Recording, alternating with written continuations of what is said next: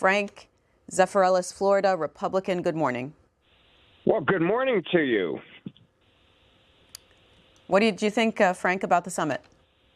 Well, I thought it was a farce. To be honest with you, you're doing a flyover. You're supposed to do that afterwards. You wait until you get something. Second of all, you don't treat a man like that. That's your enemy. You don't give him a red carpet. On that plane going down there, he said one thing. If he doesn't give me what I want, then I'm going to give him sanctions. He didn't give him those sanctions.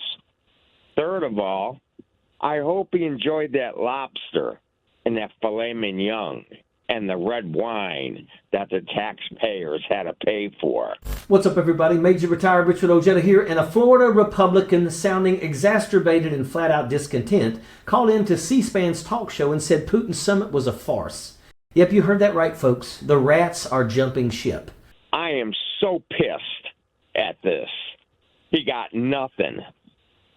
Absolutely nothing. Did you see how smug he looked sitting there? You're talking about like Putin? A child?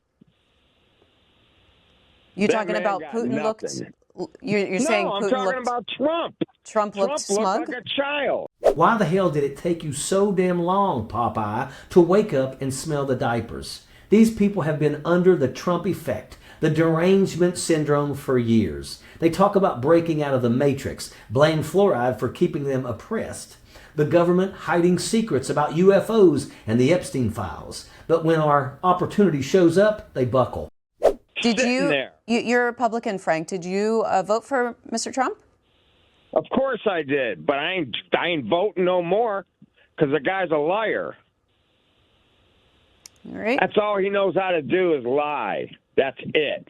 And think about it. When Florida Republican is this pissed off and actually takes the time to call into a talk show, you know that Papa is pissed and that Donald Trump screwed up somewhere along the line in their book. And he did. This guy's point is spot on. You don't roll out the red carpet for your enemy. What the hell happened to the courage of Reagan standing at the Berlin Wall telling Gorbachev to tear down this wall? Since when is it the United States so buddy-buddy with Russia? This feels like the flip side of reality, like we've entered the damn twilight zone. It doesn't make much sense. Trump made American troops get down on their knees and roll out the red carpet for Putin. Holy mackerel. If you're a veteran or have ever raised your hand and taken a vow, think about that oath. You raise your right hand and swear you're going to defend the Constitution against enemies foreign and domestic. So help you God. Who would have thought that after all these years, all the confrontations we've had with Russia, the Cold War, the nuclear scares, the propaganda wars, the KGB disinformation, that we'd end up here with an American president bowing to Moscow? I am so pissed at this. He got nothing. You're a Republican, Frank. Did you vote for Mr. Trump? Of course I did, but I ain't voting no more because the guy's a liar.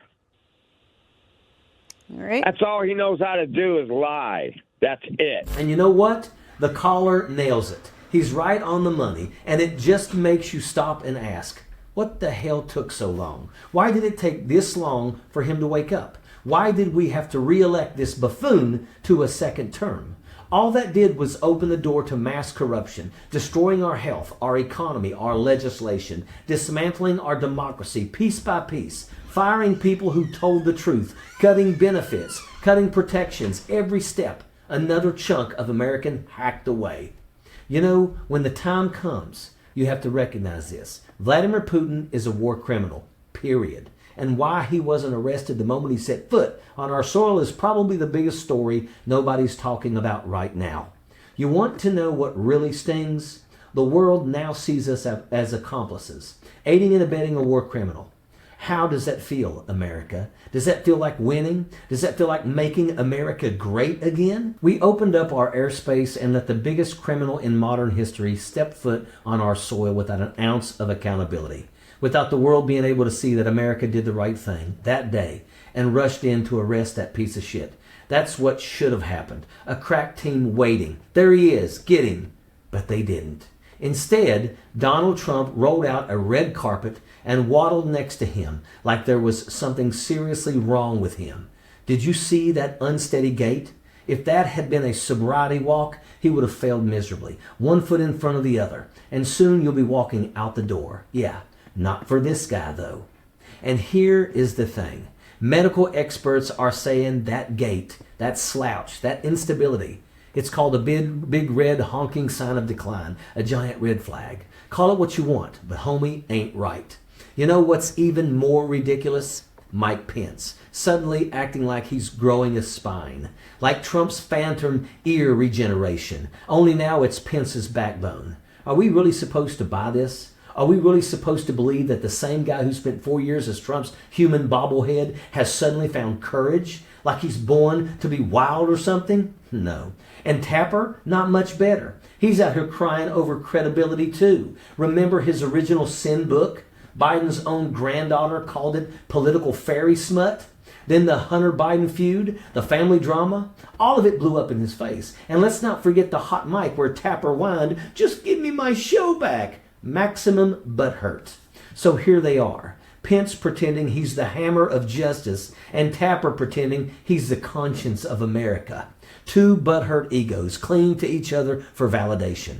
But you don't have to look far to see what's really going on. Are they covering up for Trump? Doesn't sound like it, but are they bringing us the whole truth? Debatable. Meanwhile, the nasty truth is still staring us in the face. Trump betrayed our country. He betrayed our men and women in uniform. He betrayed America's vision for liberty, justice, and the pursuit of happiness. He's betrayed everything this Constitution and this experiment in democracy was absolutely built on. You know, even Arnold Schwarzenegger nailed it when he said Trump looked like a wet noodle fanboy at that press conference. And I'll tell you what else. He clapped when Putin got off the plane. He made American soldiers get on their knees and roll out a red carpet for Vladimir freaking Putin. That's not courage. That's not strength. That's not patriotism. That's bootlicking. That's betrayal. Then he turns around and pressures Zelensky to hand over Crimea, to give away land to Russia. Think about that. The President of the United States doing Putin's bidding, selling out our allies, selling out democracy itself. And don't kid yourself. Russia will never stop. They've broken every single ceasefire, lied every single time. They'll push into Moldova, into Romania, into Poland, into Serbia, into Bulgaria. They'll keep going until somebody stands up and stops them. And Trump, he's not stopping them. He's holding the damn door open. That's why I say it plain. Trump is not a leader. He's a bootlicker. He's a horrible person. And anybody still defending him, you're a moron. Too damn stupid to see the writing on the wall because you can't friggin' read it. And that's the bottom line, folks. Sappers clear the way, airborne all the way.